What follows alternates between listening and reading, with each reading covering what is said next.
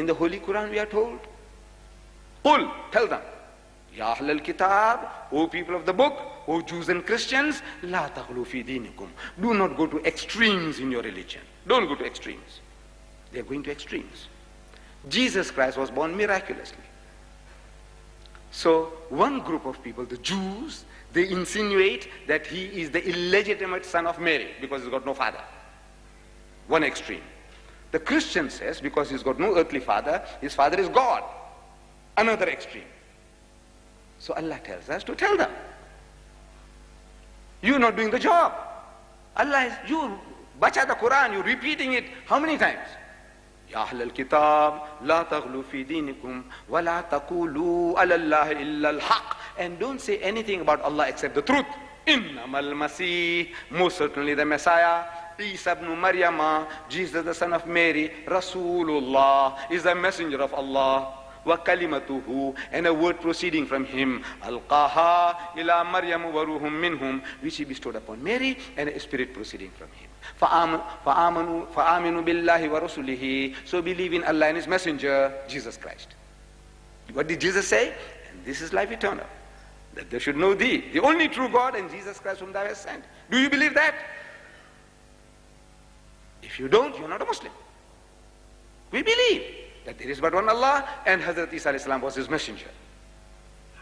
So from what Jesus said, you have life eternal. You don't have to worry. You don't want expect anybody to be killed for you now.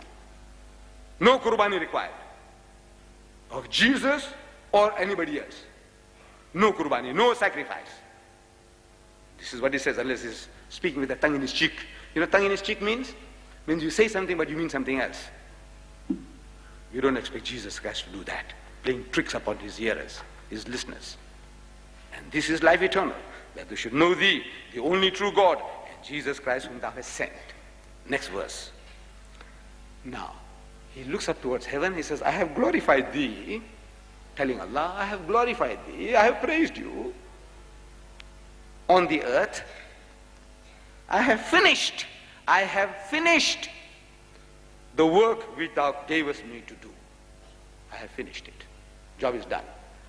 There's no crucifixion in sight, nowhere. He says, I finished the job. Now, O Lord, glorify me as I glorified you. Give me my reward, my pay. When you say you finished the job, your boss gave you a job to do. And you completed, yatoho, whatever it is. You took a little job. Whether it's plumbing, electrician, carpentry, bricklaying, whatever. And now, you said, what job you gave me? I finished. Where's my pay?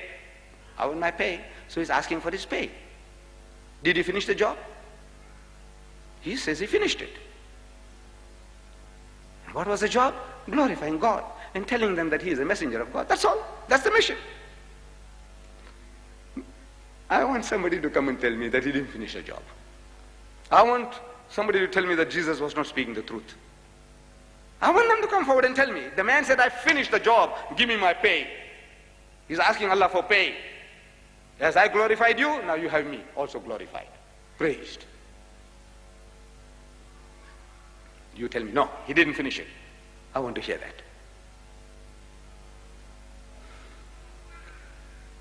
Now the ministry of Jesus was limited. He came to reform the Jews. He came to reform them, take them out of the formalism, ceremonialism, going for the letter of the law, forgetting the spirit. And this is the whole teaching. Again and again, he's condemning the Jews. He's explaining to them, it's not this, but that. He said, it has been said by them of old time. An eye for an eye and a tooth for a tooth. But I say unto you, resist not evil. He who strikes you on the right cheek, give him the other. If a man takes away your coat, give him your cloak also. If a fellow makes you to walk 1 mile, walk with him 2. He said, agree with thine adversary quickly while thou art with him on the way, before he takes you before the magistrate and makes you to part with your last farthing. Good advice that. Don't go to court. It's a good advice, I tell you. But this is his teaching. This is what he came to do. He said, when you fast, don't fast as the hypocrites do, but fast like this. When you give charity, don't make a noise, don't broadcast it. What your right hand gives, the left hand mustn't know. That's not Islam. That's only half. When I have an opportunity, I'll explain to you. This is only half of Islam. But for their needs, it was perfect. For the sickness of the Jews, this was perfect. Our Nabi Kareem sallallahu alaihi wasallam, when he comes, He is told in the verse that we started with, وَمَا أَرْسَلْنَاكَ, we have not sent you, don't make a mistake. This was towards the end of his earthly sojourn. Arabia was at his feet. He could afford now to sit back and relax. After 60 years of trials and tribulation, he can now sit back and relax. It was only a question of polishing up the ummah. That's all. Job was done. Not for him. Allah sends his messenger Jibreel, tells him, وَمَا أَرْسَلْنَاكَ إِلَّا كَافَّةً لِلنَّاسِ. He said, we have not sent you but as a mercy unto the whole of mankind. Bashiran, as a giver of glad tidings, وَنَذِيرًا, and as a warner. وَلَكِنَّ أَكْثَرَ النَّاسِ لَا يَعْلَمُونَ. But the majority of mankind, the bulk of mankind, still don't know.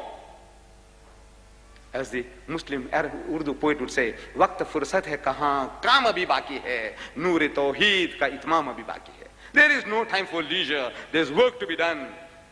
The banner of Tawheed is to be lifted up. There is no time for leisure. What does he do? What did he do? Immediately he called the scribes, those who could write. He says, bring out your parchments and write. What? Letters to the Emperor of Persia. To the Emperor of Persia. To the Emperor at Constantinople. Heraclius at Constantinople. To the King of Egypt, the King of Yemen, and the Nagas of Abyssinia. 5 letters. He had them dictated. And 5 horsemen, ashabas. A horse, an ashaba, a companion, and a scroll.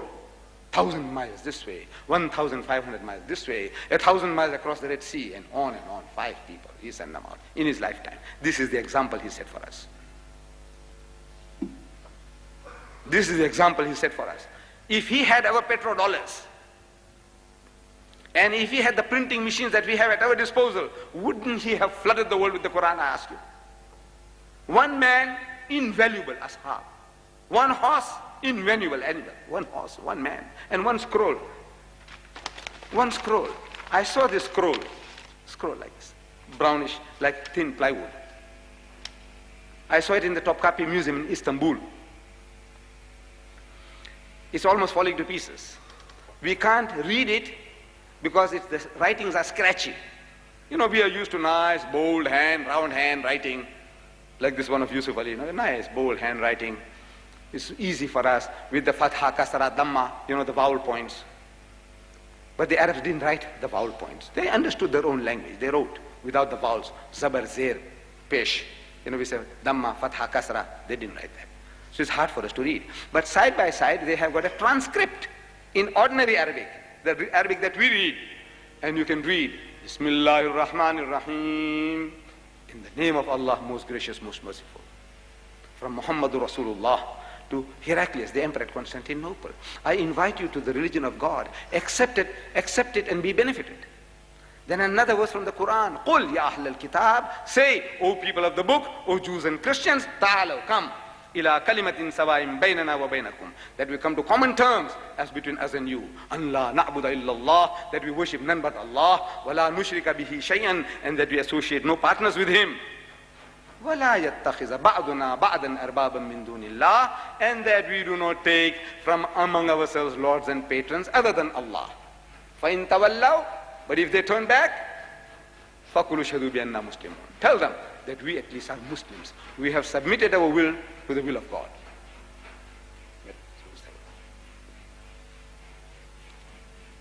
We have submitted our will to the will of God. This is the example he set us. Immediately he set in motion a process of delivering the message to all, the whole known world around him. Messages were sent out in his lifetime. This is the example. You look at the life of Jesus. In his lifetime, he never preached to a single non-Jew. He never converted a single non-Jew. Among the 12 disciples, not one was a non-Jew. The disciples of Muhammad sallallahu alaihi wasallam, Salman Farsi, the Persian, was there. Bilal the Abyssinian was there, besides the Quraysh. This is the life example. His territory is the world. Kaffatan linnas, the whole of mankind. وَلَكِنَّ أَكْثَرَ النَّاسِ لَا يَعْلَمُونَ, but the bulk of mankind still do not know. That was then, 1,400 years ago. Is it any different now? We are 1,000 million today, yes. But the bulk of mankind, have they received that message yet? I ask you. There are more worshippers of men and monkeys, elephants and snakes on God's good earth today than the worshippers of the one true God. Do you know that? There are more mankind today worshipping men and monkeys, women, elephants, cows and what not, and humankind, and worshipping the devil. They have a Satan worshipping cult, worshipping shaitan. They go out of the way and say, we worship shaitan, the devil. They worship Sun Myung Moon, the Korean, in America. They're worshipping him as a god.